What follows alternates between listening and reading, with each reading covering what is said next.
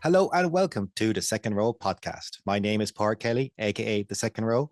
We're here to talk about all things Connacht and Irish rugby. It is week 3 of the 6 Nations. It is mainly Irish rugby. With me, as always, is my co-host Will Foley. Hello, hello, hello. It's a good week. It's a good week. Let's see if this works. I'm going to try a thing.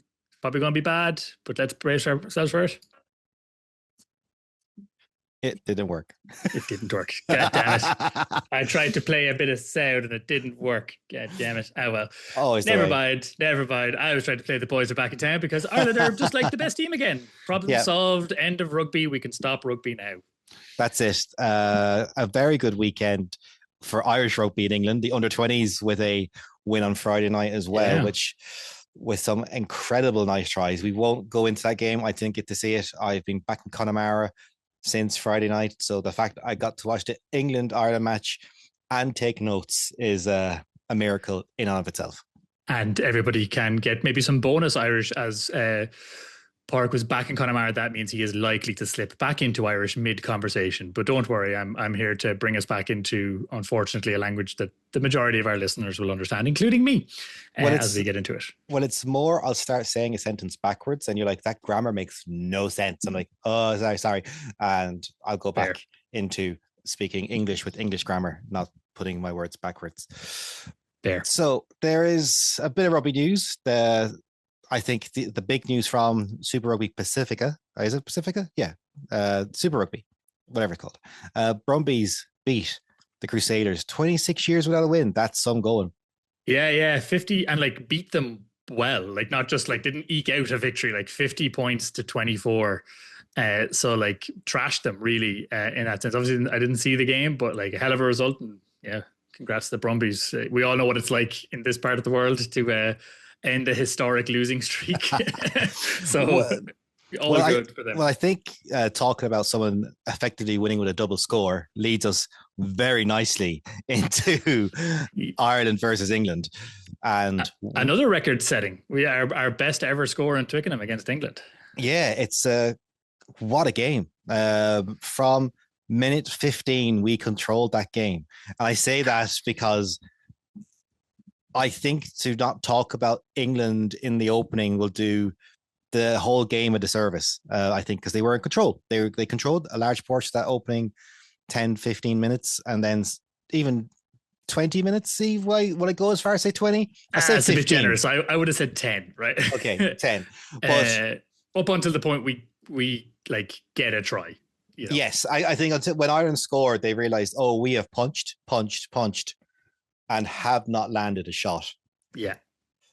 Now, how much of that? A lot of that was down to Ireland's very good phase defense. We have spoken about this before. That Ireland in phase defense, if you go past 3 phases, Ireland are very comfortable, and that hasn't been their issue. It's been other things that have caused them issues against Italy and France, especially. But England's phase attack just couldn't break down Ireland in any way, shape, or form.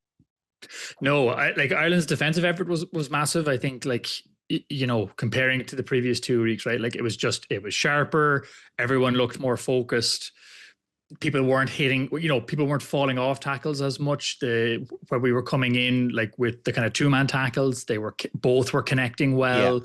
Yeah. The few bits of scramble kind of defense that had to happen as well in that activity.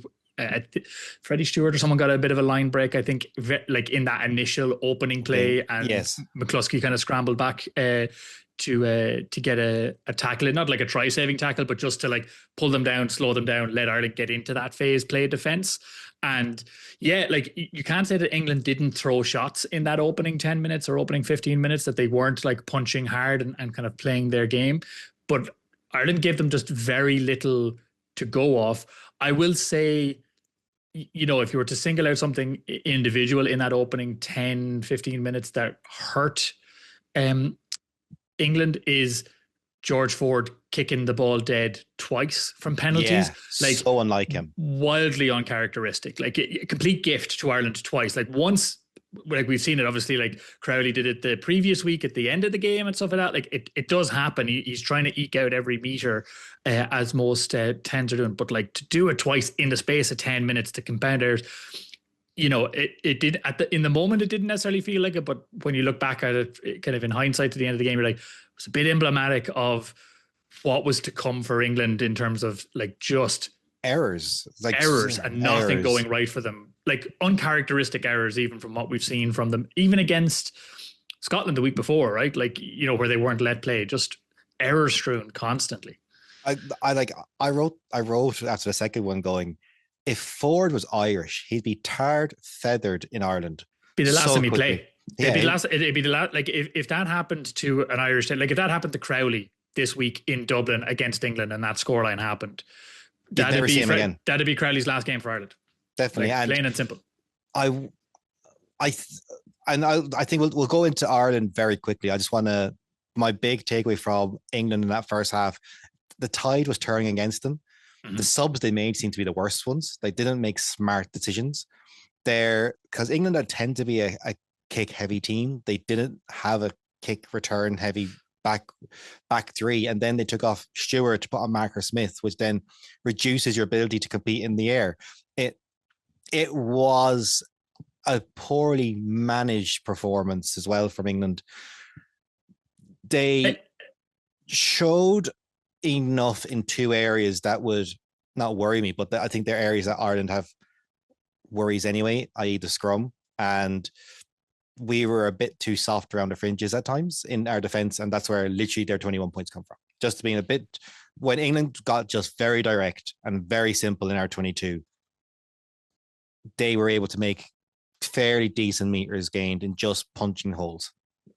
Yeah, like the scrum, obvious worry, right? Like we still had a lot of trouble at scrum time. The substitutions piece is an interesting one to me. Like Cowan Dickey had coming off of 30 minutes, and then Marcus Smith just before halftime, right? Very short, just before halftime as well. To me, like kind of screamed no plan B, like no idea what to do to turn the tide, because to take your hooker off 30 minutes into a game when he hasn't done anything criminal. There would have been a much bigger argument for taking George Ford off. Yes. Right? Because you're like, oh, you've committed two absolute howlers, and there was a few others like poor kicks from hand. Like clearly he was off his game in that opening 20-25 minutes. And there would have been an argument to say, okay, you are actively hurting us. And like George, this is not your day. Let us damage the imitation and take you off and put somebody else in there. Maybe we bring you back on, to end the game when you've had a chance to look at what's going on. That would have been an argument to make, and given they're a kick-heavy game. And Marcus Smith coming in at 10 would have changed the picture as well, because he's a bit of a running 10. So he would have had an extra layer of threat for Ireland to have to manage. So it just felt very weird as a management coaching decision to take off a decent aerial person for an extra playmaker effectively, and when they weren't playing that style. And Freddie Stewart, obviously, like the yellow card notwithstanding, right? Like he wasn't playing poorly. Like he wasn't the reason they were in the trouble they were in from that point of view. Cowan Dickey, again, like the scrum wasn't the reason they were in the trouble. A couple of the lineup wasn't functioning, but I don't think that's Cowan Dickey from no, like he's just he was just throwing it in, like, and they were making some odd choices in terms a few system errors in that line out. Yeah, it doesn't matter who the hooker was, because Ireland were able to compete quite a bit, mess up a lot of ball. England had to go to trick plays at one very quickly, and something's not right in the setup of everything when you're doing that. If you're doing that in the opening 20 minutes of a game, this is not a good sign, like in that sense. I thought some of the selection decisions in general from Borthwick and the England coaching team were odd, given that kind of like kick heavy strategy. Like Henry Arundel on the wing is an odd choice given who he's going to be squaring off with for contestables, right? Like obviously James Lowe ended up going off injured early, but even like Balakoon is somebody he's also going to end up having to square off against as well.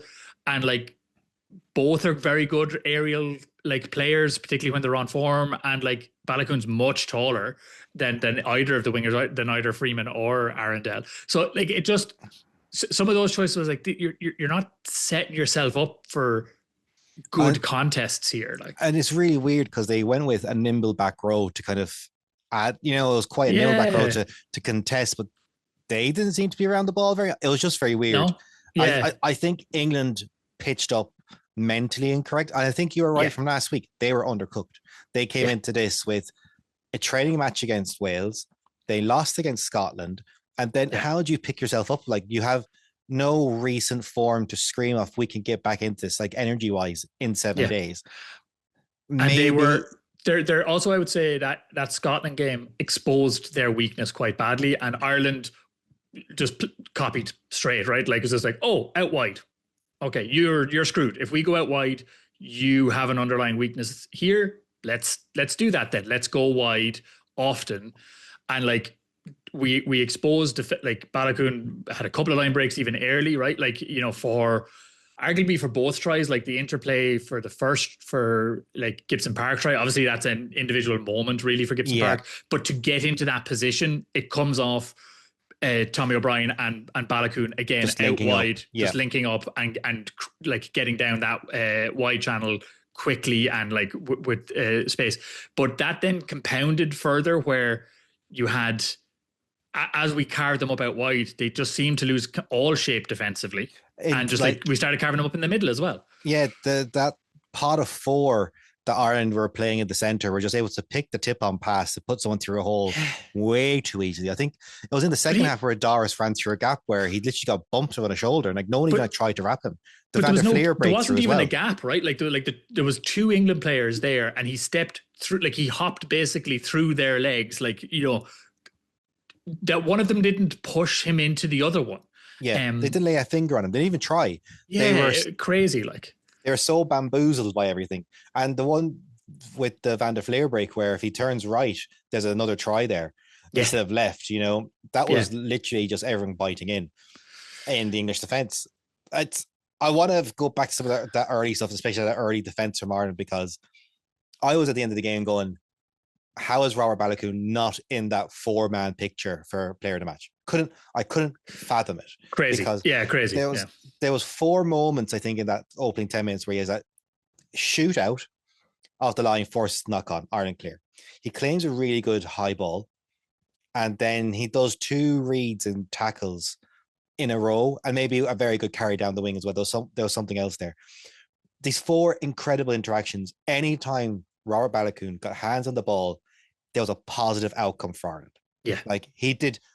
No, I don't remember making a wrong decision in any way, shape, or form. No, like he had what 3 turnovers in the game himself. He had like again, like you say, like kind of 4 or 5 dominant tackles.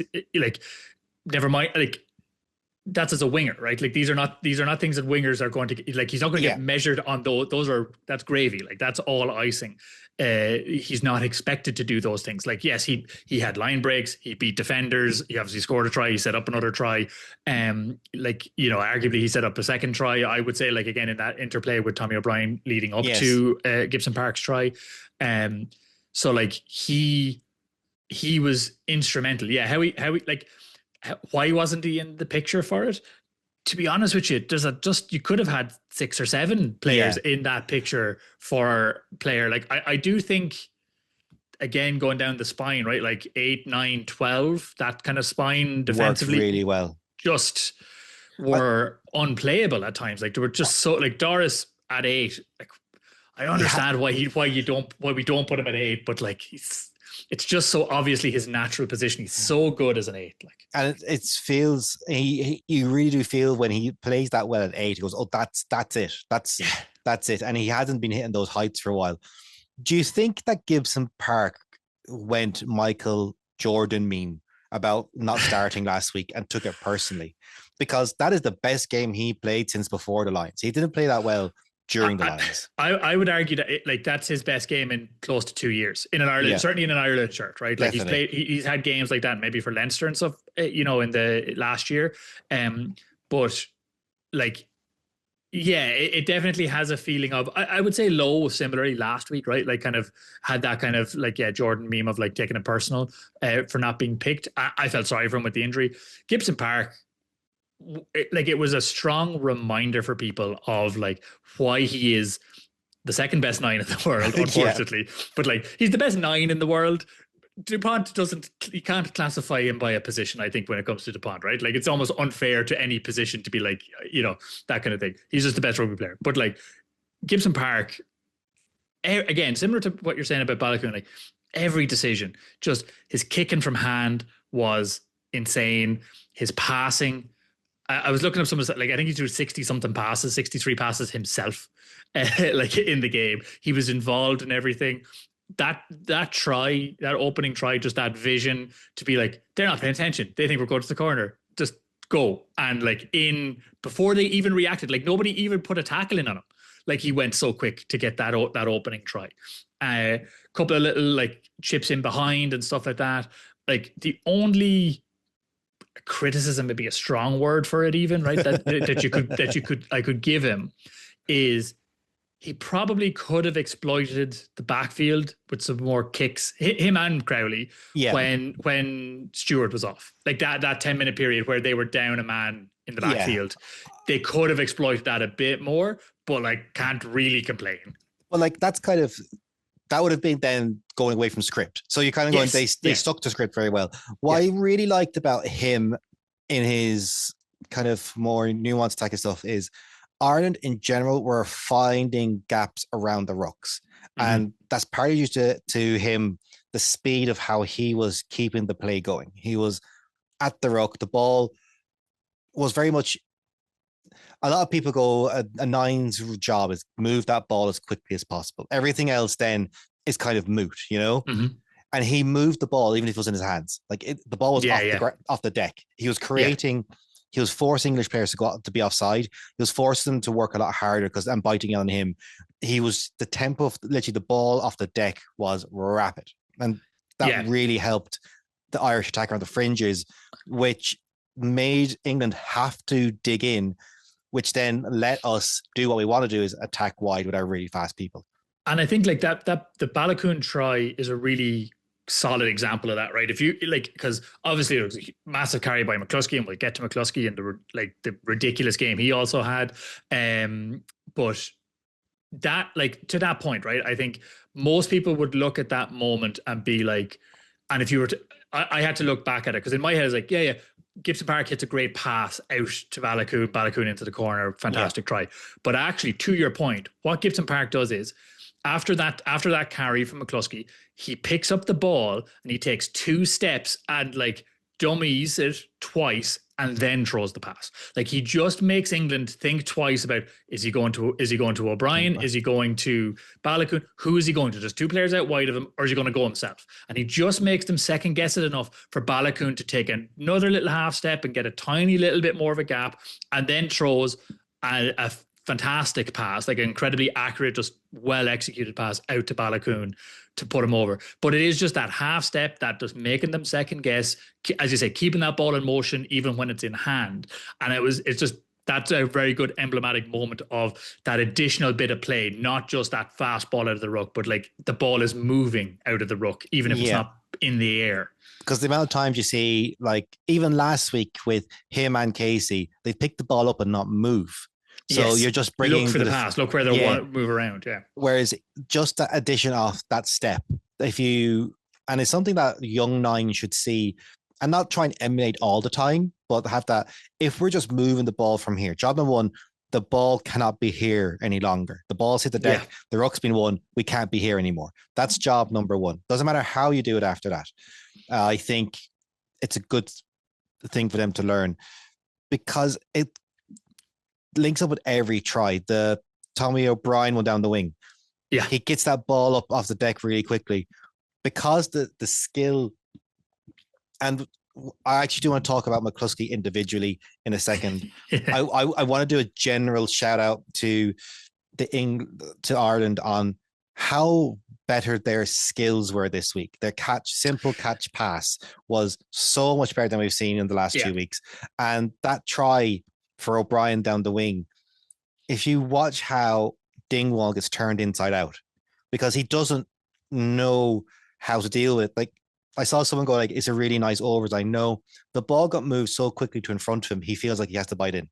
That's not someone running a fancy line. That's like, good execution of skill, forces Dingwall in, and O'Brien can just go, thank you very much. No, sorry, Balogun goes down and O'Brien's on the inside then, isn't that? Or the other way around? So Balogun opens up the gap, basically. Yeah. He makes the line break. He runs the line break. He runs the that's line. The one. And Tommy O'Brien then is on the inside. But where it's confusing, and because it happened a lot, was Tommy O'Brien and Balogun linked up so many times on both wings throughout this game. Like the two of them were fantastic as a pair. Like they were both great individually, but like as a pair and like that interplay, because I think Tommy O'Brien actually comes in at the start of that bit of play. Yeah, it's his first interaction almost. It's the first interaction. He's up and he's around again then for the pass. I thought them as wingers worked really well because one, they worked off their wings so often. Like Tommy O'Brien was always on Balogun's wing. Balogun was always on Tommy O'Brien's wing. And suddenly you have these two rapid fellas running down your channel. You're like, oh crap. And a lot of that, you could see a lot of that where England were like, this is too fast. This is literally quite too fast. Yeah. The confidence Balogun has to even like take on Arundel on the outside right wing at one point, before another try. Thank Christ we have him back in the Irish setup. Like we said it last week as well, but like it's so good. It's like we've been wanting to, like he is one of those players who I have felt so sorry for over the last number of years, because he has shown, and even like he's 28, right? He's not ancient, but I know people will say like he's not a young player. Like he's kind of in his prime, I would say, and we've seen it for a number of years, and he's always shown the promise, but we haven't seen it be able to be realized. And who he reminds me of in this Six Nations is Hugo Keenan's first Six Nations, where he is arriving fully formed. Like this isn't somebody who's like looks like they're coming in and learning this level and figuring out how to play and how to add value. He has just been like, yeah, I am here for the last 4 years, seasoned player, and you just don't know who I am, and I am going to tear strips off all of you and show you how to play this game. And like it's so wonderful to watch him play. Like he's just, like you say, every interaction is positive, both defensively and attack. He looks dangerous with ball in hand. He's supporting players. He's coming off his wing. Just like he is, like the back three in general, I would say, like as in like when Lowe went off, and again, Lowe played well in the 20 minutes he was there. I feel sorry for him. We'll talk maybe about the injury later on, but I thought like, again, at the start of this tournament, or even at the start of the year, if you'd have turned around and said, Tommy O'Brien, Jamie Osborne, Robert Balogun is your back three going into England and Twickenham at the end of the Six Nations last year, you would have been worried, right? You would have been like, yes, sounds good, but like these are three pretty unproven players in those positions. That feels like a recipe for exposure, for getting like found out by one of them on the wing or something like that, or just in play. And the three of them were excellent. Like the three of them looked really good and really solid in those positions. But Balogun in particular just looked like out of this world, like just one of the best players we have in the Six Nations in general. If he's not player of the tournament, I'll be very surprised. I think he won't be player of the tournament because Stuart McCluskey will be player of the tournament. Yes, true. McCluskey had an incredible game, just phenomenal. I don't see how Bundy comes in at 12 in that team, and I like you couldn't do it. It would be criminal.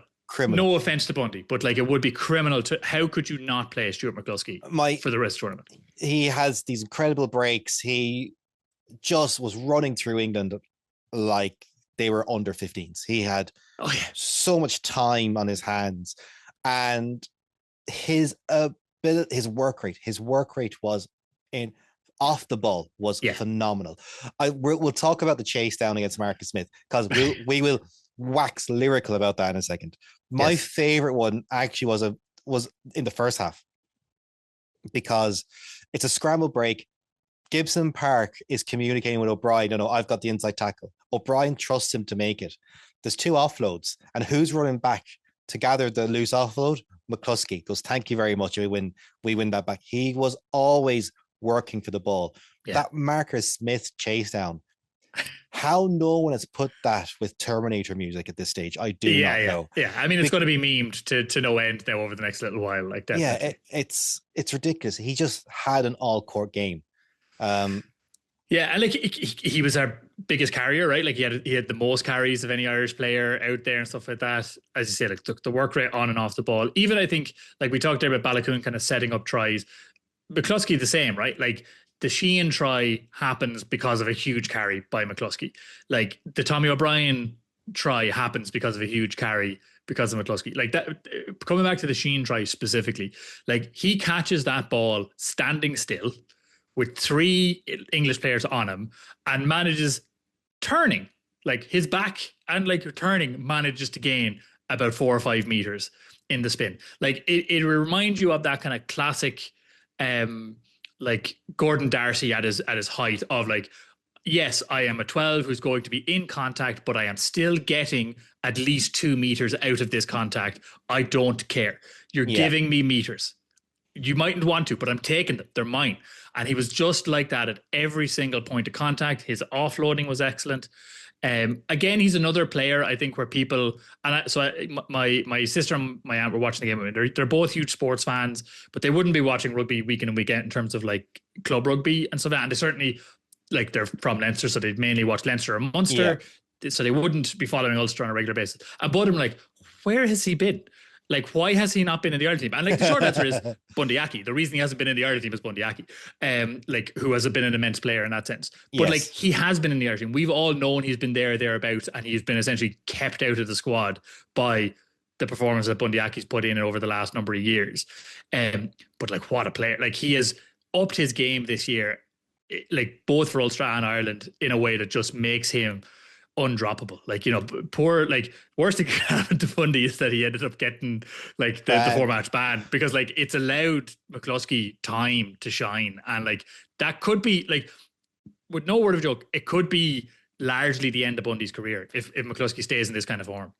I wouldn't be like, if it happened, I wouldn't be surprised. Career, I think he plays against Wales. I think yeah. McCluskey deserves a break as well, to be fair. Or they're going to put him outside McCluskey at 13, which I think is going to be that would be fun, which would be interesting. But like 5 defenders beaten, more than anyone else. Like you said, 68 meters, his top meters carried, top carrier.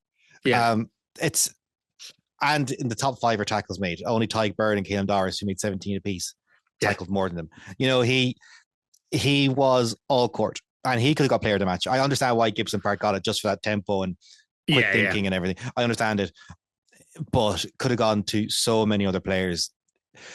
I still don't think it was a perfect Ireland performance, though, and I think that's the best thing about it. That's the best thing about it. That is the best thing about it. There are gaps, and there are, like, look, we talked about it already, right? The scrum, huge problem still. Yeah. Like we managed to. I was you know, different clips popping up online and stuff like that, and I think it was Will Greenwood. I can't remember, some ex-English player giving a bit of a reaction after the game, and one of the things he mentioned that I thought was really interesting, it's more a statement on England than it is on Ireland, right? He basically said, like, a thing you would say about Italy in years gone past was they have a massive scrum. If you can contain their scrum, they don't have anything else, right? They have no other weapons. They have nothing else to build off from that point of view. Now, I wouldn't have said coming into this game that's England, that the identity of this English team is built off their scrum. Like I would have said they're a kicking team and a percentages team and stuff like that. Scrum is a big part of that, but it's not like where they build their game from that perspective. But they kind of played like an old Italy team, right? Like, in terms of, they sort of seemed like they needed the scrum to get them into the game, and like they were getting dominance in the scrum, definitely. But Ireland just were like, okay, ball out of the scrum as quick as we can. We're just not dealing with it. Like we have other weapons, we have other ways of winning this game. We're just making this not a problem, as much as possible. But it was a problem. Like a better performing England team, and as we saw against Italy, and like I think are likely to see against Scotland, the scrum is a problem and can be where we get broken down and pretty badly. And better performing teams will take advantage of that. Yes. So, like South Africa could have beaten us by 80 points. They chose to, like, no, we're going to show the world how to beat you. And that's what South Africa did last November, where Italy showed us, we have now the confidence to come and try and beat JQ up front. Yeah. How Ireland scrummage needs a rethink. I'm not saying anyone should do their job or anything, but like this coaching ticket scrummaging has been decreasing in ability in the last 18 months. And if you're going to go in, if your answer is we don't have Porter, that's not how you deal with it. Not the answer. So that's worrying. Yes, there's a lot of injuries there. I think Lochman doesn't help himself at times. But in a good game for Ryan McCarthy, they overall I thought had two very good games between them. Are they actually giving us appropriate ballast? Is there something wrong with the makeup of that? Does the Ireland coaching team need to actually start going, hold on a second, I don't care if these guys are my three best. This scrum is now such an issue. We need to just work on the best scrummaging locks play. That like we talked about the line out. Become a line out nerd, you start. You know, and that's it. Did you, it's an interesting one, yeah. Sorry, go on. Just a random question, just to kind of move away from things. Did you notice the game change when PRD went off in terms of how it was played or communicated? Not even ref. I want to say communicated because I think that's also that might be more to do with anything else. Yeah, I think certainly the communication changed, like the style of communication and stuff changed. I felt sorry for him, right? Like it's a crappy one. Like these are big games. I thought he was doing a good job. Like when he went off, the ref that replaced him's name has gone out of my head completely. Other French ref. But the Italian PRD will have something to say about that. Yeah, fair. Sorry, PRD and then to a French ref. I thought he did a good job as well. Definitely, yeah. I don't like it. It wasn't a bearing on the game. No, right? It's the short answer. Like it's just it's funny how the communication thing happened because I remember both teams scoring a try and going, "Oh, they've scored a try. That would be a yellow card if they hadn't scored just afterwards." Like, oh, there's a yellow card. Like both two cynical fouls on the try line. I was like, whoa, that wasn't even a warning. Which was good. Like that's like because it's funny. I said the same thing. Like when I was watching the game, it's been like the annoying thing here is now they won't come back for that moment. I'm pretty sure. Like and they should because it's still a cynical play. Yeah, and same for Ryan, wasn't it? Or yes, for Ireland had this Osborne. Sorry, yeah. I had 5. He said 15. And for Pollock, like Pollock was on the line as well. Like completely. It didn't result in a try, but like it was the same thing. Like the way Ireland just kept growing into the game destroyed the English confidence in such a way that their discipline went out the window. Like massively so. And like you're talking about like these mental side of the game and everything. How does England come back from that? You text me like, is Borthwick gone? Type of thing after Six Nations. I'm like, if they lose to Italy, yes. Like I don't think he survives losing to Italy. I see. This is my question. I actually think so. Yes, I think if he loses to Italy, he's like the noise will be out for him because they've never lost to Italy, right? As far as I remember, it's the only Six Nations team Italy haven't beaten. Yeah, is England, and like they should be worried. They might like if they play like they did yesterday, they will lose to Italy. That Italy team will beat them and beat them well. And because Italy's wide attack is a lot better than ours. Yeah. And their scrum is a lot better than ours. Yeah. In that sense. And like they have a good kicking game. Like they have all the weapons to beat England. France could absolutely embarrass them. Like in a very chastening way. Like in a poor way. If I was looking at like, and I kind of, we were talking about this briefly beforehand, right? I worry for Steve Borthwick in the sense of I think he will talk himself out of this being as bad as it is over the next 2 weeks. Like he's a week off, right? He is a stats man. Like the way England do not play an exciting brand of rugby even when they're playing on form. It is a very statistical, like it's sort of, to me, it's like the worst version of Joe Schmidt rugby you could imagine, right? Like Joe Schmidt was a like high percentages, like low risk kind of coach, and like do the efficient things, do the basics extremely well, and like do this thing and it will work well. And like it was incredibly effective in the time period it was played by Ireland and all that kind of stuff. But it is a high percent, and like at a club level, it's an even more effective game plan and stuff like that. But it's a high precision, high, like low risk, high reward kind of like approach that he's going for. I think Borthwick plays a less entertaining version of that, which is like, I am just going off the statistical analysis that I have been given and playing to that style, good, bad, or indifferent. And all coaches do a certain amount of statistical analysis. And if you look at some of the key statistics of this game, it doesn't look as bad on paper for England, right? Like, so for context, for people, right? England made more meters. They had 474 meters to Ireland's 405. They beat the same amount of defenders as Ireland. They had a similar number of clean line breaks. They had more gain line carries. They threw more passes. Like they had, maybe not as good on offloads. Turnovers is where they're bad. Kicking from hand is not as good. They won more rooks.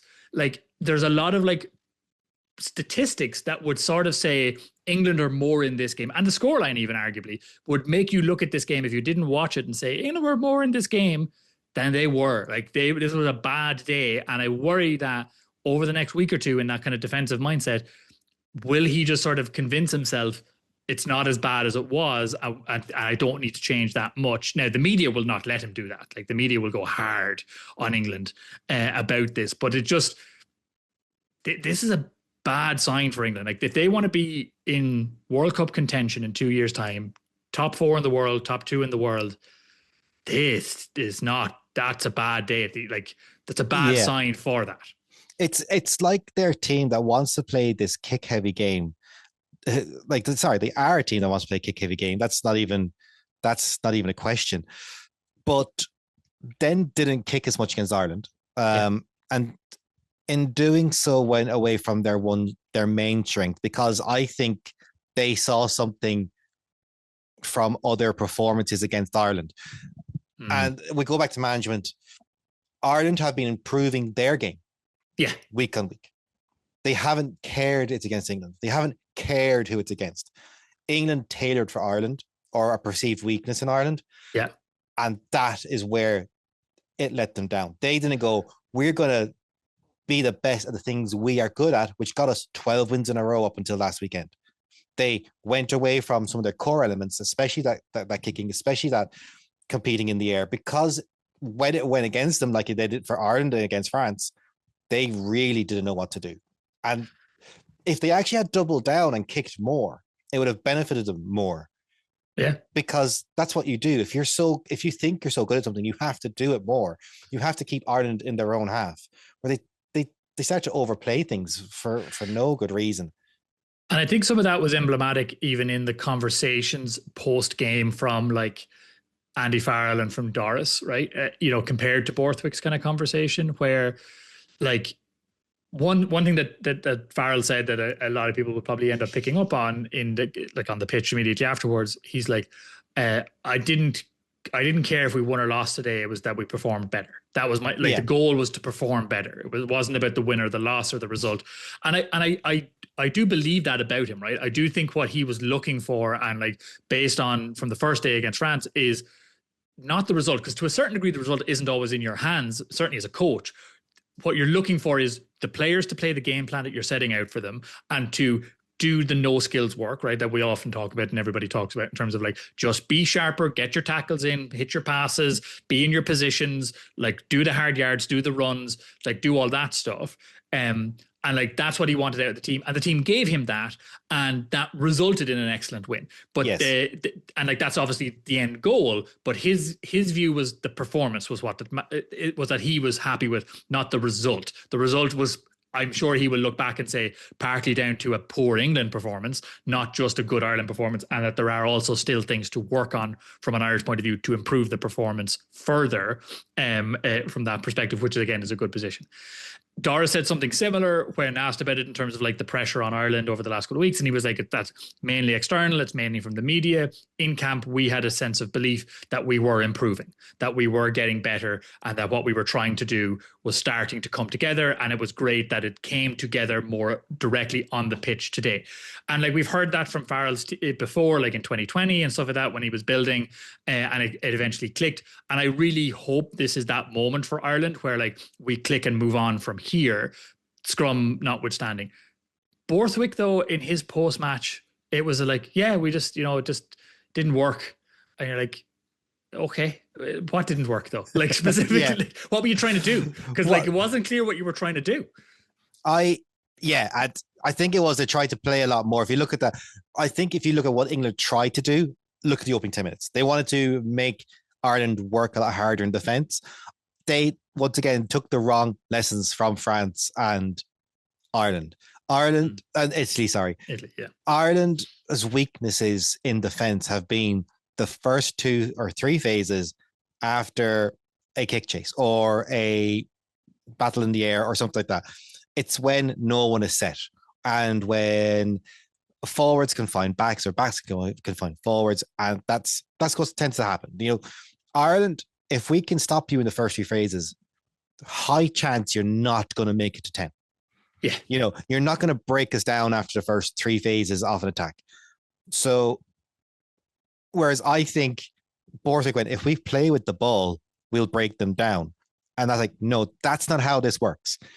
We now have a back 3 that can scramble a bit better and make up for those quicker breaks that happen in phase 2 or 3, 1, 2, or 3. And the rest of our defense gets set very quickly. Those defensive elements are now starting to look more solid than they have been. I would still think if you want to compete against Ireland, you kick long, you kick high, you kick to compete. Yeah. Our phase defense is pretty fine. You want to create situations where the ball gets knocked on and you make the scrum an element of the game as much as possible. What Ireland did very well is on knock-ons, they got the ball away from that area quickly.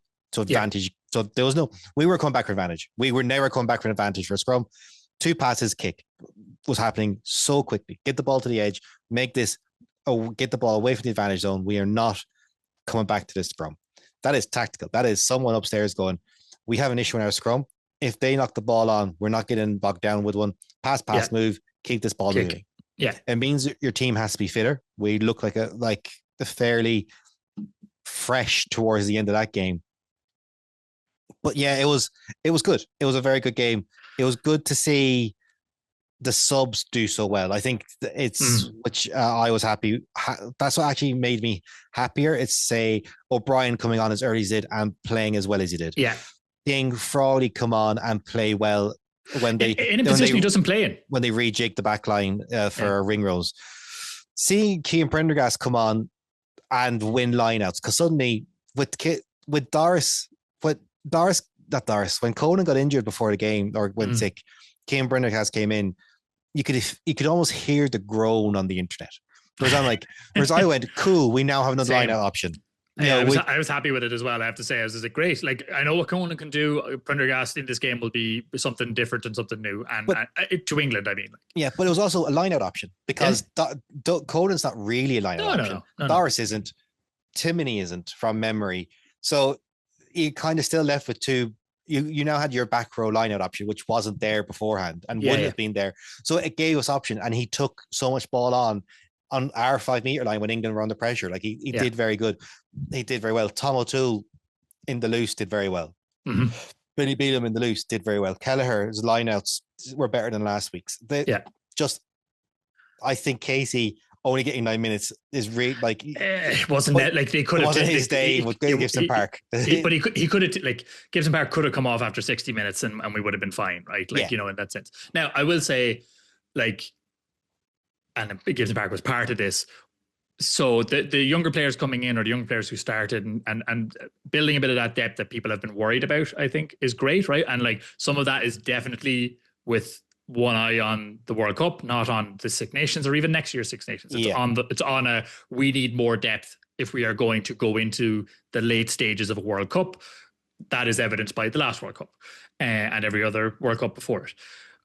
What was heartening for me in the performance from Ireland was the experienced players coming back to the form that we know they can operate at, but also showing the leadership for those younger players. We talked about this a little bit in the France game and a little bit in the Italy game around it's a lot to expect a bunch of young players to come in and completely transform your game at this level. What you need to do is you need to have your experienced players manage the game and run the game and give these younger guys, and by younger I mean inexperienced guys, space to then create chances and Yeah. make mistakes, right? And like figure out and learn and do some of the mad stuff that the more experienced guys would do. To me, one passage in the game that was like again very telling of this and just how much Ireland controlled this game was the 10 minutes Jamie Osborne was off the pitch, because that was a masterclass in wasting 10 minutes of rugby and wasting time and running a clock down. Just like very clever, not overly heavy handed, not in a way that was going to annoy the ref, but just like, again, right? But we do not have a strong scrum, but just getting 2 scrum resets and just being like, okay, 2 is enough. You can't get a third. Let's just we'll do 2. We know we can get away with 2. That's 2.5, 3 minutes done. That's 2.5, 3 minutes done. Oh, look, it resulted in a free kick. Great. That's another 30 seconds to a free kick. We'll kick it deep. Right. They're way back there now. They got to work it back, or they got to kick it back to us. They kick it back to us. Okay, great. And not a penalty. We'll go for the points. We'll take time again. We don't need 3 points, but it wastes more time than going for a line out. And it's less risky. And it was just, again, just like slowing it down, managing the clock, knowing where they were with it. And they just ate at that time in such a smart way at a point where England were already in disarray and frustrated, where they needed to get back into the game. And and we were down a man and they'd have an opportunity to get back into the game. We're like, no. We controlled that moment, those moments. It was great to see. And that's the thing. We won the match. Yeah. That 42-21, that scoreline is going to last. You win a game like that, yet by winning the moments. Yeah. And I think Ireland won the moments. Yes, they were better set up emotionally, tactically, energy-wise. England looked leggy. England looked tired. They looked confused in game plan. Yeah. And that then leads to, even early on, McCarthy win a turnover because England's breakdown work isn't good enough. It leads to Jamie Osborne.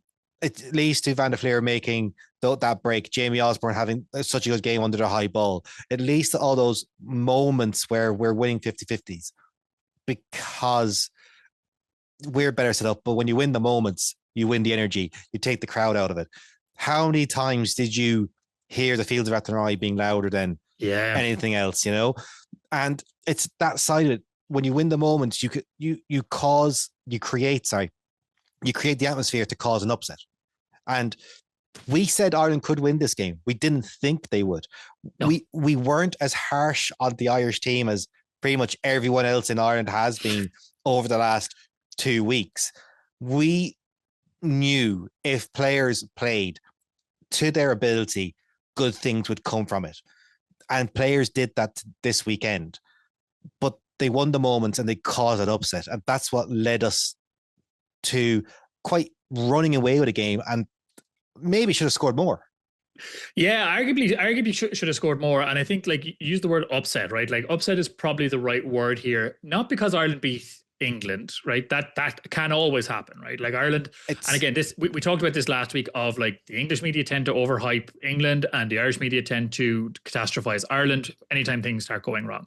And like that, this game was no more evidence of that than anything else. Of like, the truth was obviously somewhere in the middle.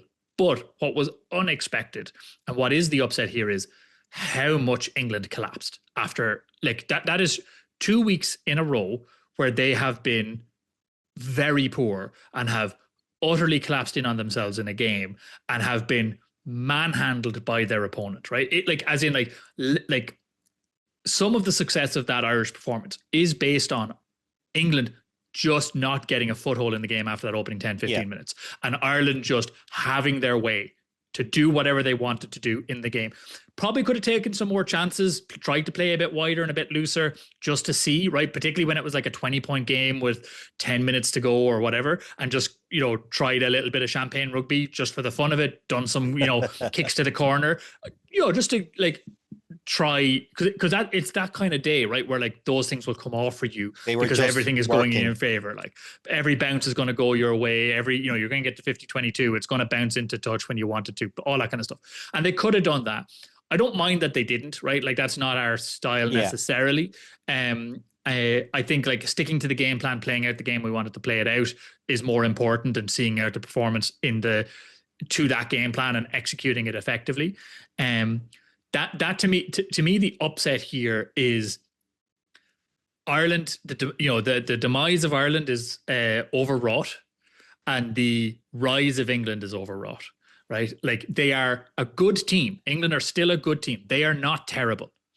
This was a bad performance against a very strong Irish team that I think they had underestimated.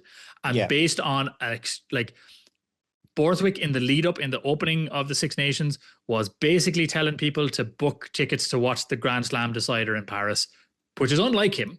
But like he was over egging this, and the media were over egging this since the autumn. And the thing is, when you see England France final day of the tournament, given the form of Ireland over November, you can see why people would talk like that. Like like it makes sense. What was interesting is you watch the Wales game where nothing happens, and everyone's like, "All right, yeah, we're on for Grand Slam." Like, no, that's a poor Wales team. Didn't count. Yeah, like, and then you have a Scotland team who put them to the store very easily, and they looked undercooked against Scotland. Don't let anyone, don't let anyone tell you otherwise. They looked poor, like genuinely poor.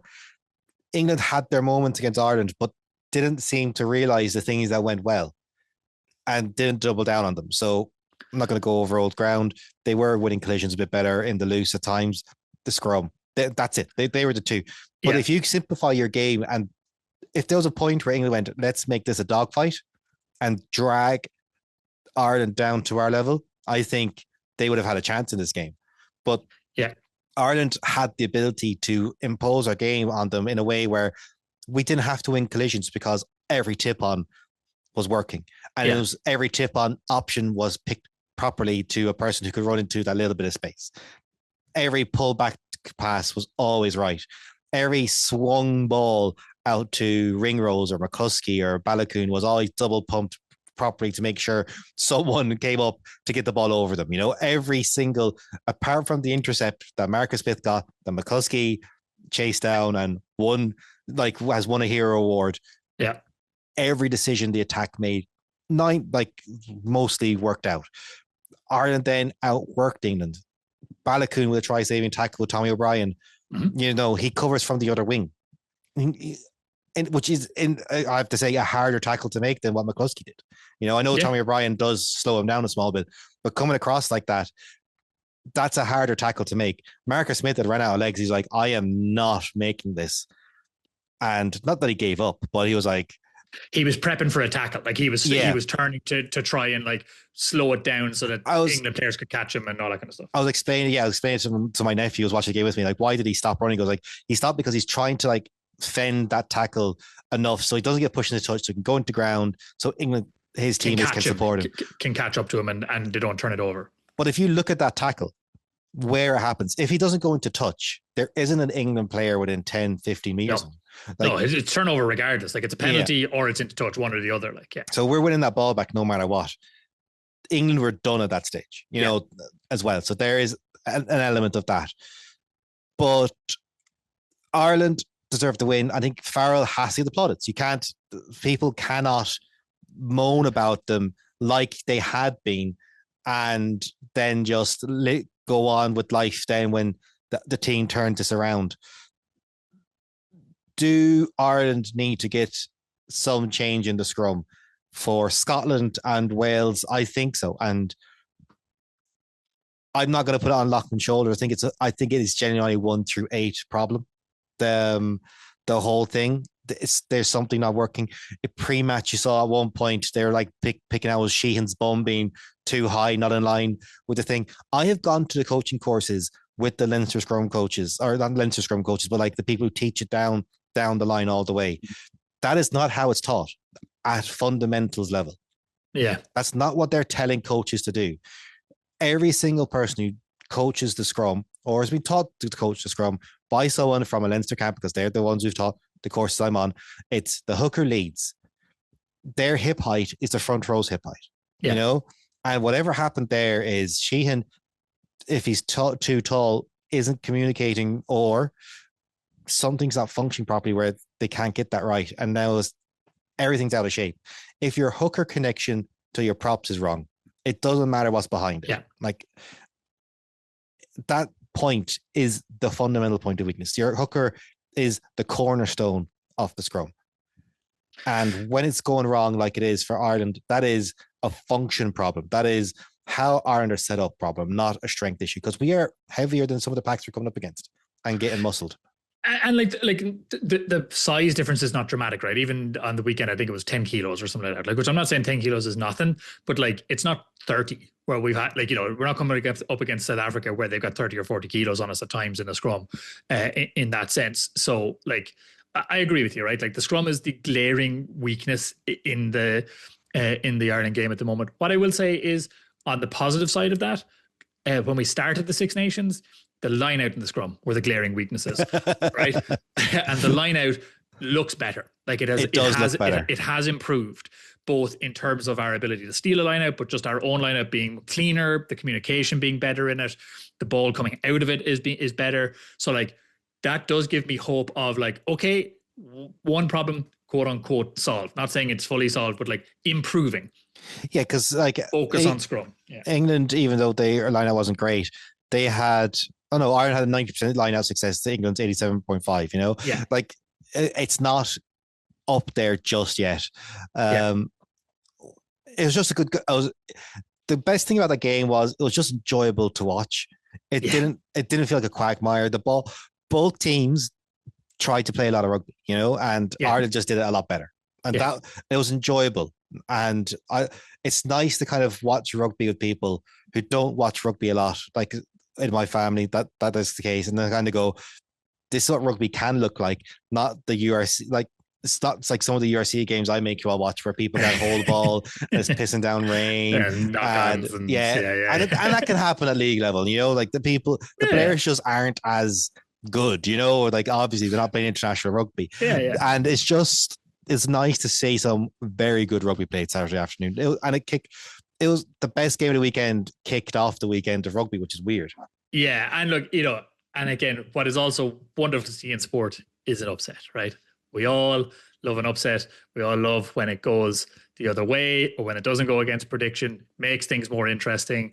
I love trying to predict an upset every week because I think it's fun. I tried to predict 2 upsets last week. I got one of them right, so that's pretty good in my book, in that sense. But I think we'll wrap up. We could literally talk about this game for the next 3 weeks. So I think we'll wrap up on Ireland there. But we will, before we move on to the other games, we'll move on to our Oscar for this week. And upset seems like a good, appropriate word. So when we talk about upset, obviously upset has lots of meanings. In this context, we're talking about it in that like an unexpected defeat or an unexpected win. So give us Mark, what is upset in Irish? That must have been fun for you to go into folklore.ie and see like there are how many 20, versions? I mean, in English there are like 20 words for upset. Like upset can mean a million and one things in English as well. So I assumed I like it would be the same in Irish. So yes, it was fun to go into folklore and be like see what it is. And again, maybe before you get into it, for people looking to learn, brush up on their Irish or understand some of these meanings, folklore.ie is where we look this up a lot of the time, or where we like get the word, where I go in and look up the English word, or I give the English word to Park and then he looks it up there to make sure we've got the right translation. Yeah, it's more like I tend just to wing it, in all fairness. True. I do have to go to folklore.ie or check with family, going like just making sure I have got this right. Yeah, I don't want someone to like get into me. Now, if I want this to spread further, I might should just say the wrong thing and that so be corrected. That could work better. That's a good idea. Note for future. Upset in terms of a match, we'll go back to what we're meant to be talking about. Upset in terms of sport is Turg gan Cunha. It is that unexpected defeat. So there's no one single word for it. Is result unexpected, you know, like genuinely is what the direct translation to. So the Bua gan Cunha again for Baile, or in this case, that they upset the home team, and that's what happened to us. Ireland winning in Twickenham, which isn't unusual, but given the context of the last couple of months in both countries' rugby stories, it was very much an upset. I think I could put more Irish on this, but I think it's more my brain is going between both languages at the moment enough that like I will mess up all of them. But That's fair. Turk on Kenya, an unexpected defeat, very simply an upset. Exactly, and I think in fairness to Pork's tired brain, I will finish it off with something my like secondary school Irish teacher used to tell me, which is Irish is a terrible language to describe a car engine, but a fantastic language to describe a sunset. So it is unsurprising that there are multiple words for one word in English, and that's it. No, it's great. And before we move on to the rest of Six Nations rugby, do not forget to hit that subscribe button if you're listening on, where are we? Spotify, SoundCloud, Apple iTunes, you name it, we're there. Yeah. Or will this be on YouTube this week? Sure, why not? Maybe, who knows? Yeah. Don't forget to follow me everywhere on social media. You'll find me at the second row. That is 2ND, not the word second. So that's Blue Sky, Instagram, Facebook, Threads. They're the main ones I kind of post at the moment. Leave comments, ask questions, rate and review, and we will get you involved in the podcast as well. So the other upset you wanted to happen or felt could happen, well, was it Scotland, Wales, or was it France, Italy? I mean, it was both, right? Like I ideally wanted Wales to win and I wanted Italy to win. I think I was more hoping for an Italy-France, like for Italy to have an upset there, partly because it probably would have helped Ireland more in that sense. But I definitely wanted a better performance from Wales, and I definitely wanted to see Wales challenge, if not win. I don't really have a dog in the fight when it comes to Scotland and Wales. I would normally be cheering, like in history, I would 100% cheering for Scotland this one. Based on Wales's current like run of form, you'd be probably eyeing up Wales. I mean, what a game, right? Again, it's an upset of a performance. I wanted Wales to win for the lol factor of Scotland doing Scottish things. Yeah, it's like Scotland have this trend over the last 10 years of they tend to lose the next away match after winning at Calcutta or winning at home. Like they tend to flip-flop in this situation. I was like, oh my God, they actually have this as a trend. Yeah. 8 times in a row, Scotland have lost the game after the Calcutta win. They have, from what I understand as well, and people can correct me on this, only 3 times have they actually won the game after they've won the Calcutta Cup? Jesus. In the Six Nations. Like, it's ridiculous. And it's Wales... not that important, the Calcutta Cup. I'm sorry, Scotland. I know it's the oldest trophy, and it's not more important than a Triple Crown or a Six Nations title. Stop caring about it so much. I get it's England. Look, we're Irish. We love beating the English. We just beat them this weekend, and we talked for it for like 3 hours there. We love it. Just... please, for the love of God, focus on the Six Nations of the Triple Crown and not the Calcutta Cup. In all fairness, every time they say they're going to win Six Nations, they really mess it up. So maybe just not talking about it could be the way to go. Fair. And I think Wales decided we know the trends and this is the game. Simplified what they seem to have been doing. Wales looked very direct, had a much simpler game plan. I think is that fair in saying? I think, they ran out of numbers. That they went overly phasey at times, and they got turned over a lot. Scotland's breakdown work across this game was incredible. Even when they weren't playing well, they were able to win turnovers and get themselves out of sticky situations. Wales maybe should have been further ahead at times, and that, in just terms of if they protected their own ball a lot more, they would have been in better positions to kind of do something else. But this was very reminiscent of the Scotland-Italy game, I would say, right? In terms of Scotland had opportunities to win this game much easier. They played poorly, to be honest, for a large portions of this game, and Wales played better than anybody would have expected them to, in my view. Like they did the basics better. Right, back to the old Gats kind of mindset of just do the basics well, and that will get you a good portion of the way. And that's what Wales did from that point of view.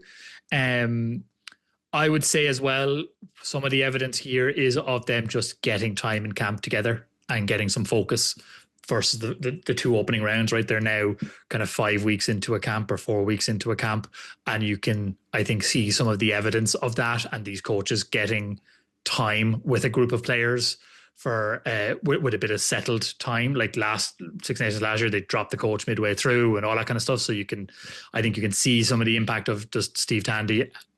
Having coaches around for multiple weeks, always useful. Like Yeah. not to be bringing a coach in. Like I know he's only in interim in terms of the defense coach as well, but he's still there for 4 or 5 weeks now. And I think you're seeing some of that pay off as well of bring it back to basics, do the basics well. Let's focus in on that. And Scotland again, I think coming in maybe a little undercooked, a little bit underestimating Wales, a little bit high on their victory, as form would suggest, and putting themselves in dangerous positions and having to use the fact that they are a better team, like they're a better coach team, they better quality player at the moment than Wales, to get themselves out of danger on a regular basis, right? Like that. Their breakdown work was solid. Their defensive work a lot of the time was solid, and they had to go to the well quite a bit to just keep themselves out of trouble, in a way that like they shouldn't have put themselves in that situation. Yeah, Wales took their opportunities fairly well as well. Like that's and fair. Their ability to create them was decent. It's I think their big issue is their bench. Like if there's no subs in this game, Wales win. Yeah, I think that's one big takeaway.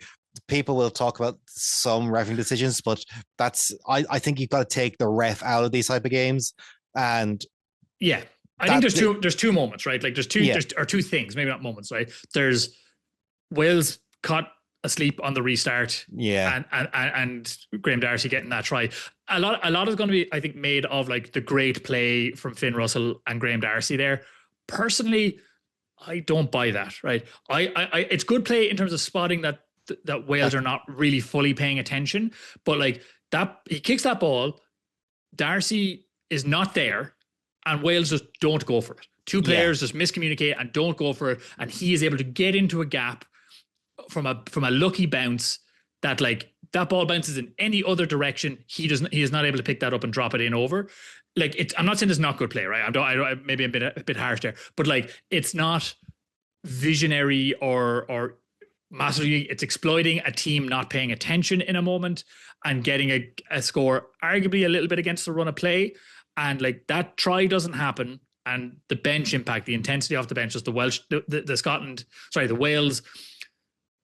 substitutions just were not able to stick with the late game intensity that Scotland were bringing, and it did feel inevitable in that last 10 minutes.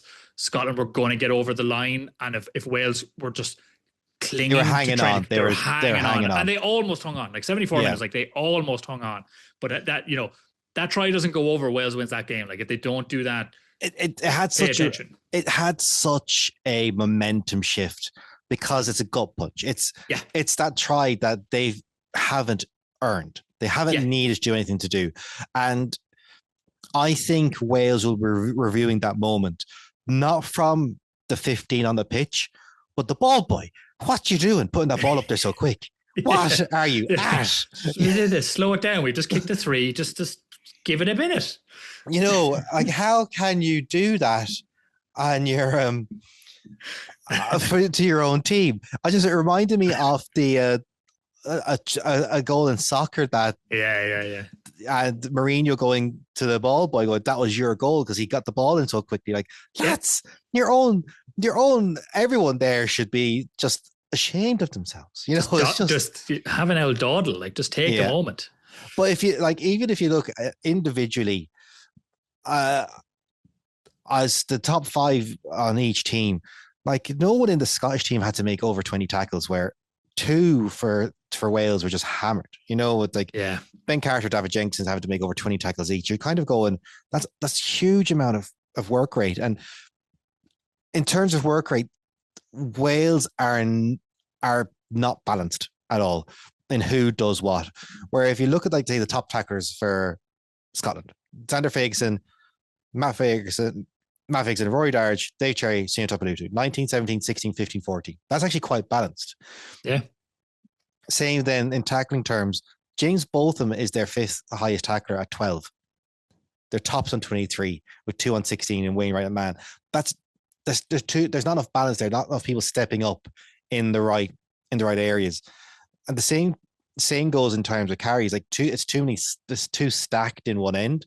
Aaron Wainwright, 21 carries. How, Yeah. that's all your back row doing so much work. Yeah. Where's your back three taking on some of that carrying work, like especially for a kick game when Scotland tend to kick quite a bit. Like, why are these carry backs really doing anything?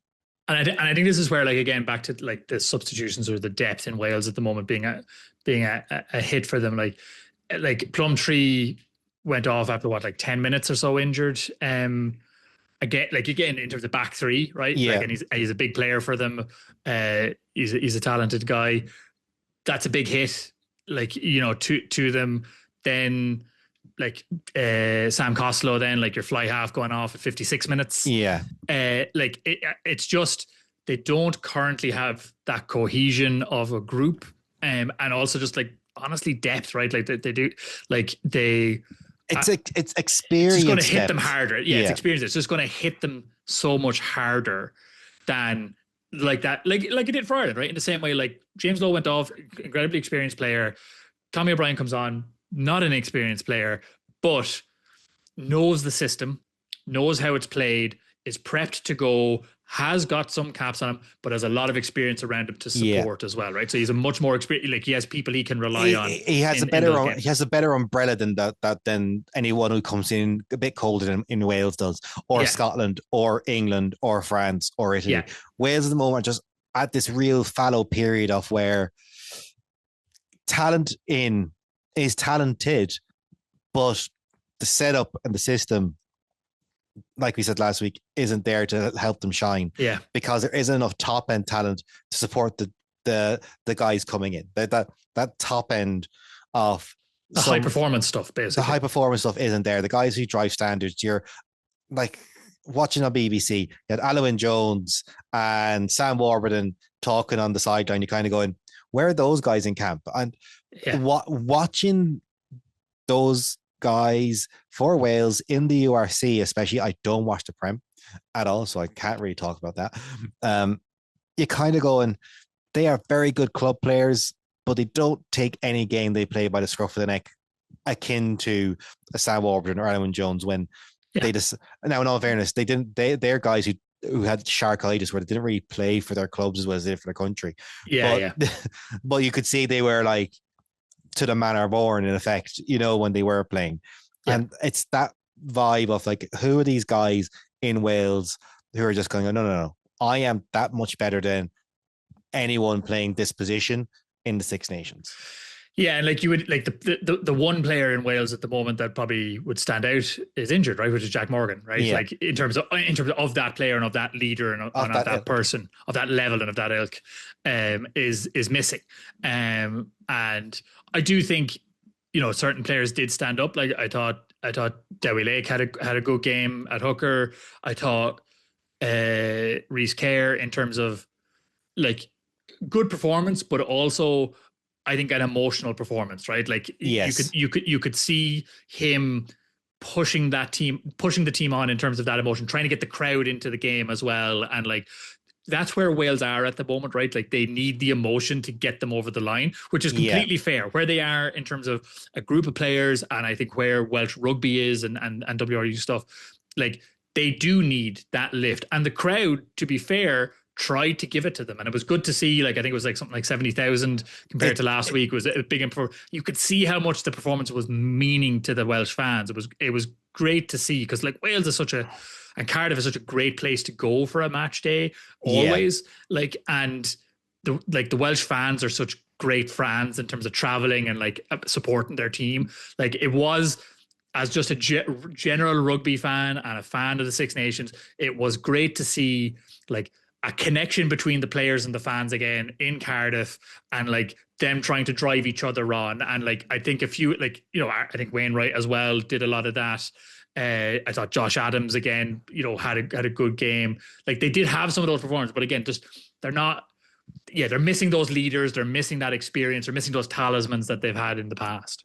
And I wonder for like the fans, what's worse? Losing like they did last week, where they've bought in, they've pushed them as close as they possibly go and losing by 3 points, or never being in the game at all, and you're like, I don't have to care about the outcome because I know we've lost. Like, what's actually? I wonder what's worse to Well, feel.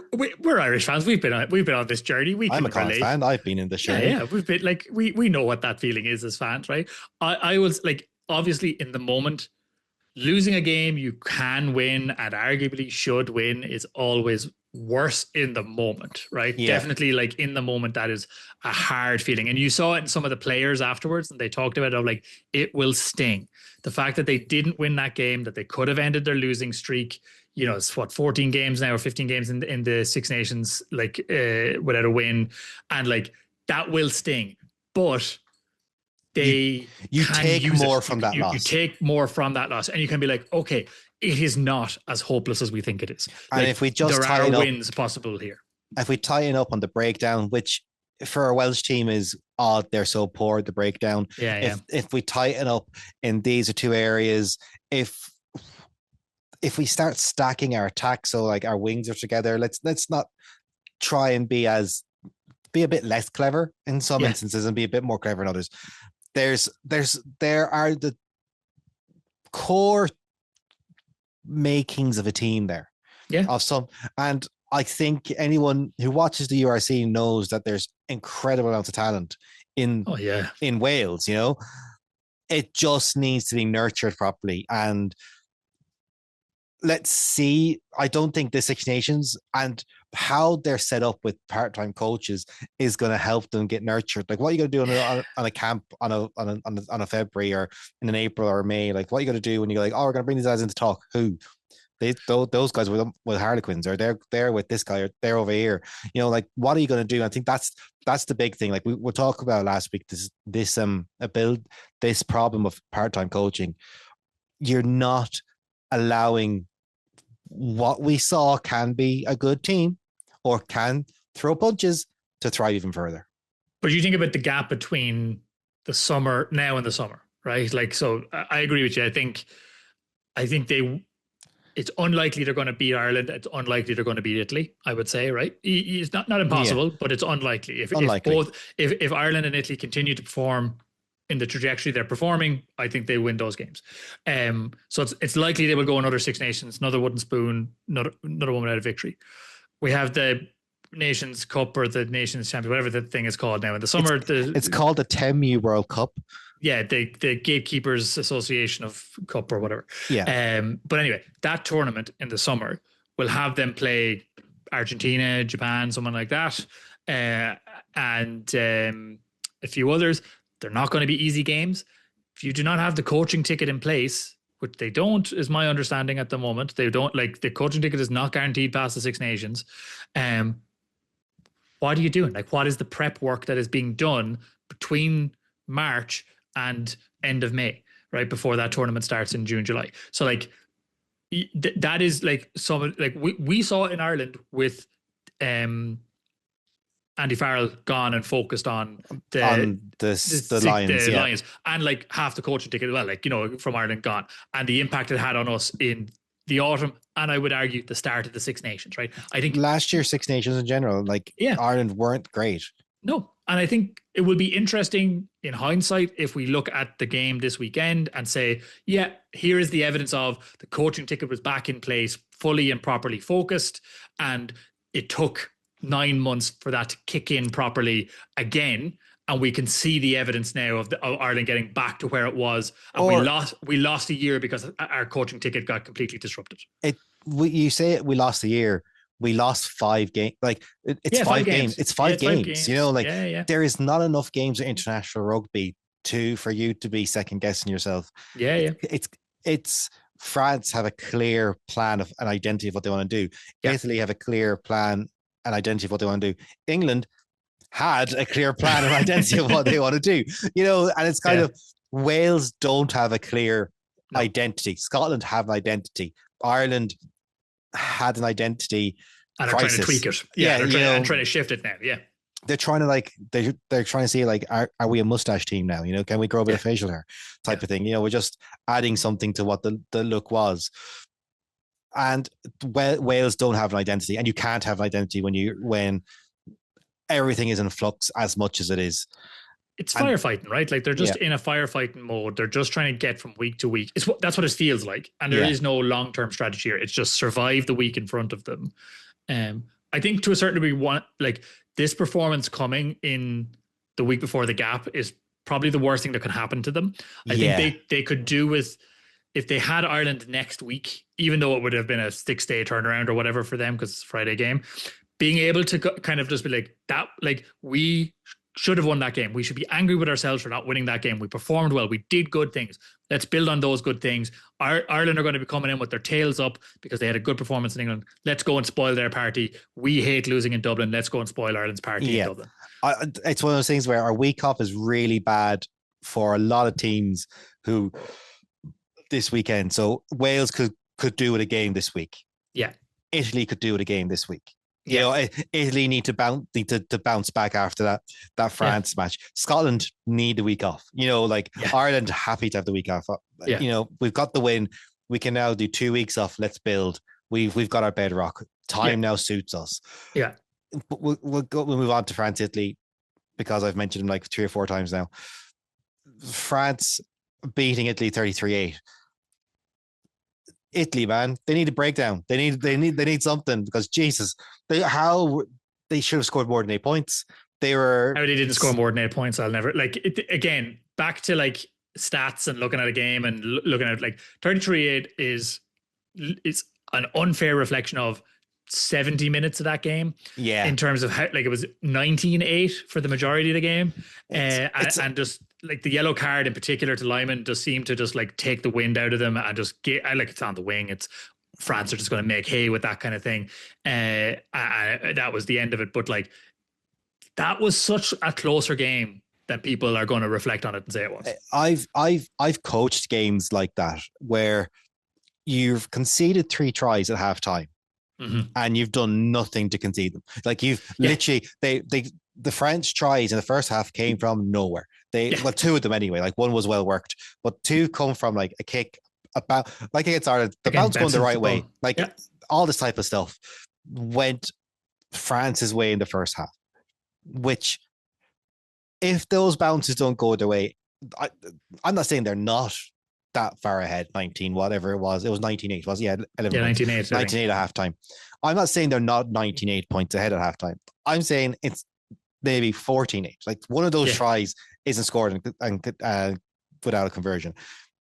And that's the difference when you're a team like France who have a belief in the system. You have a madman at 10 in Ramos because Jalabert is injured. And I mean this, I don't think they respected Italy in any way, shape, or form. No. And they didn't feel like they needed to. And they were kind of proven right in the end, right? Unfortunately. Yes. Now, I think probably Italy, I think they probably came out of the game respecting Italy a little bit more because they were like, oh, we had to work to get, like, this is the scoreline we wanted. But like that was harder to get than we thought it would be. We thought we would have that scoreline by halftime. Yeah.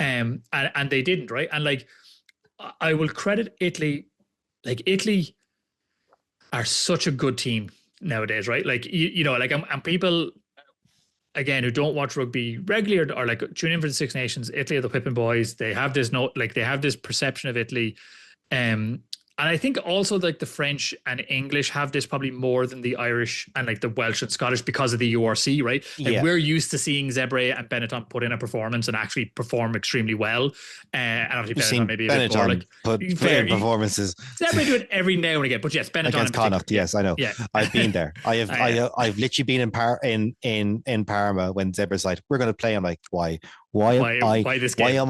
Why am I here for this? Why do I have to bear witness? But yes, Benetton in particular, right? Where like they're not a team you can take lightly. You know, Benetton are a team that you do need to focus to beat. They are beatable, but they are a team you have to focus to beat. And Italy are very similar at the moment, I think, for probably the top 5 teams in the world, right? They're, you know, if you're, and particularly I would say for Ireland, in terms of Six Nations, Ireland, France, maybe Scotland, England, let's say, right? It's you'll win this game, but you got to pay attention. Like if you don't pay attention, you will lose this game or you will come very close to losing this game, as Ireland almost found out, as Scotland did find out. And I don't think France found out, but I think France probably came away a little bit being like, oh, that got a bit close for a while there, like in a way that I don't like when it comes to Italy.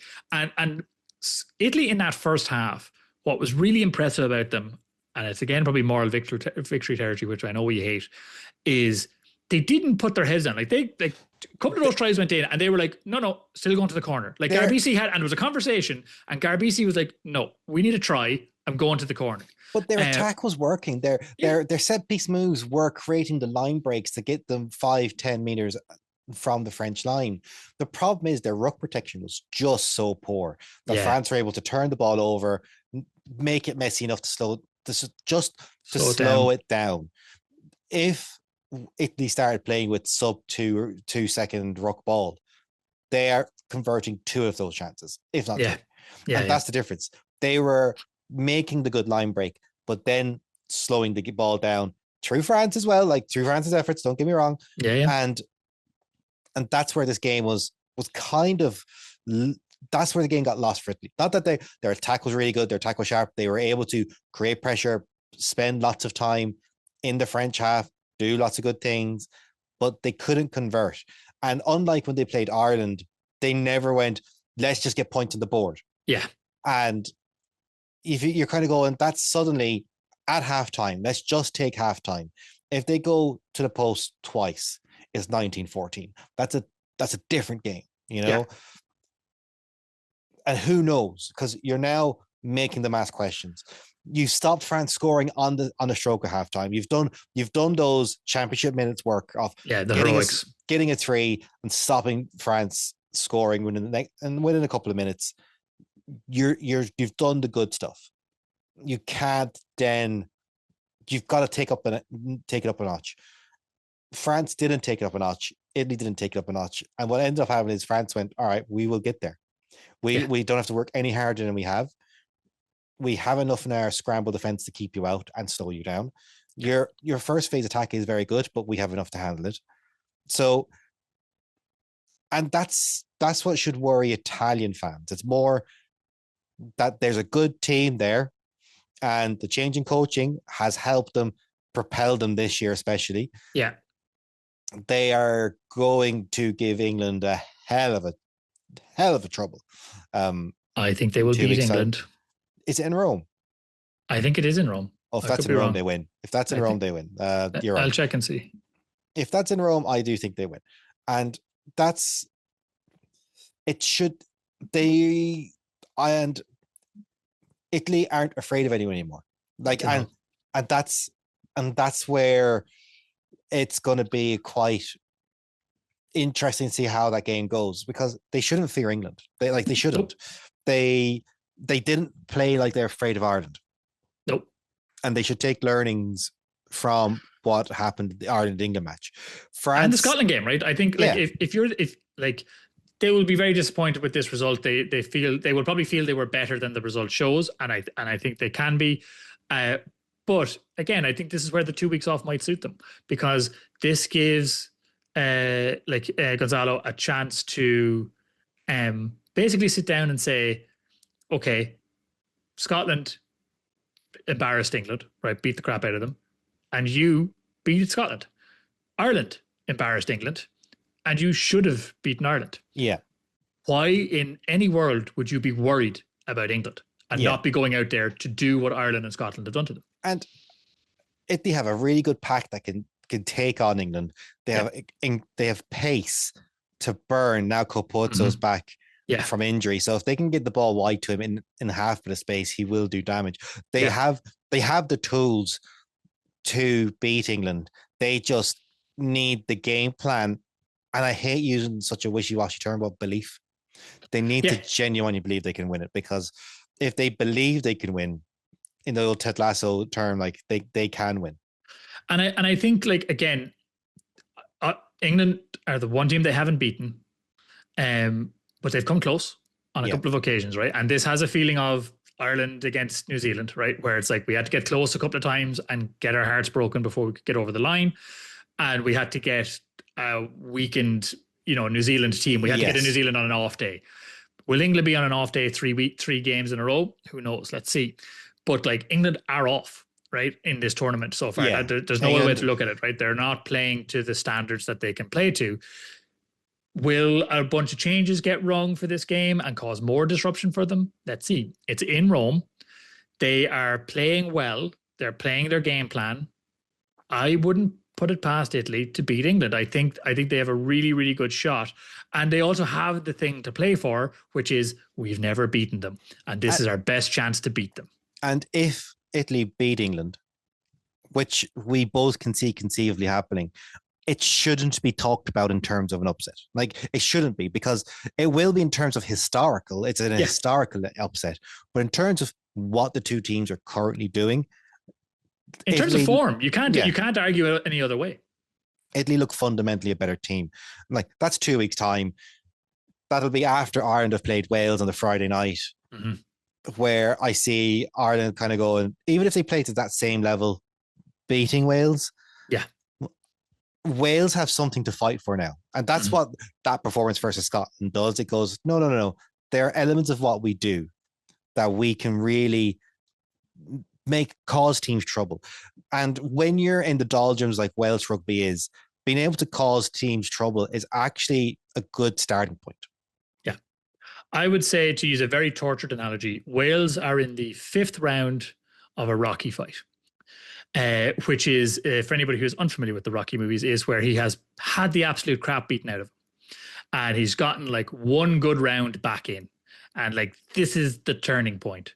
Or if it's the first fight of the movie where he gets beaten badly.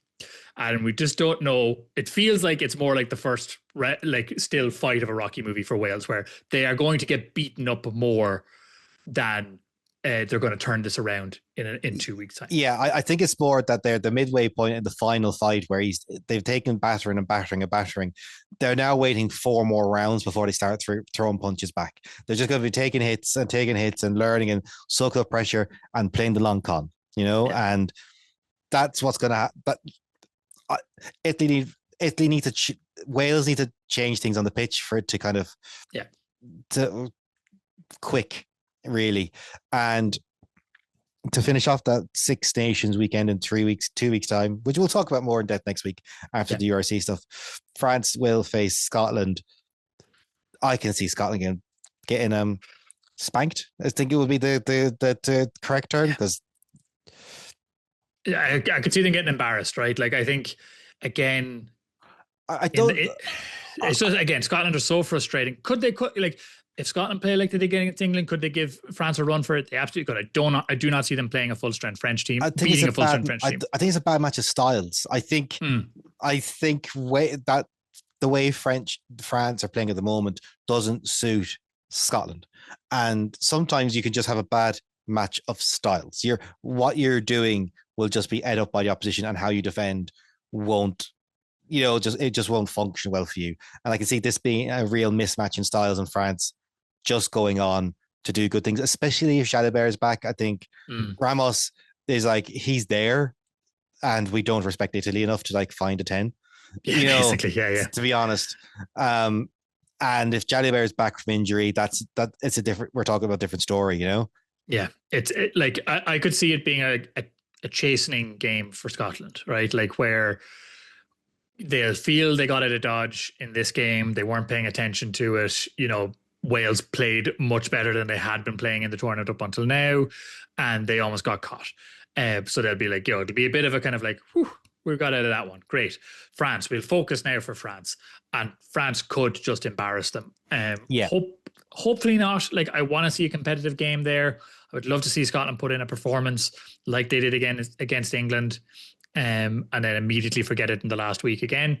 That would be ideal. But I don't see a path for Scotland to beat this French team, because I don't really see a path for probably anybody other than South Africa at the moment to beat this French team.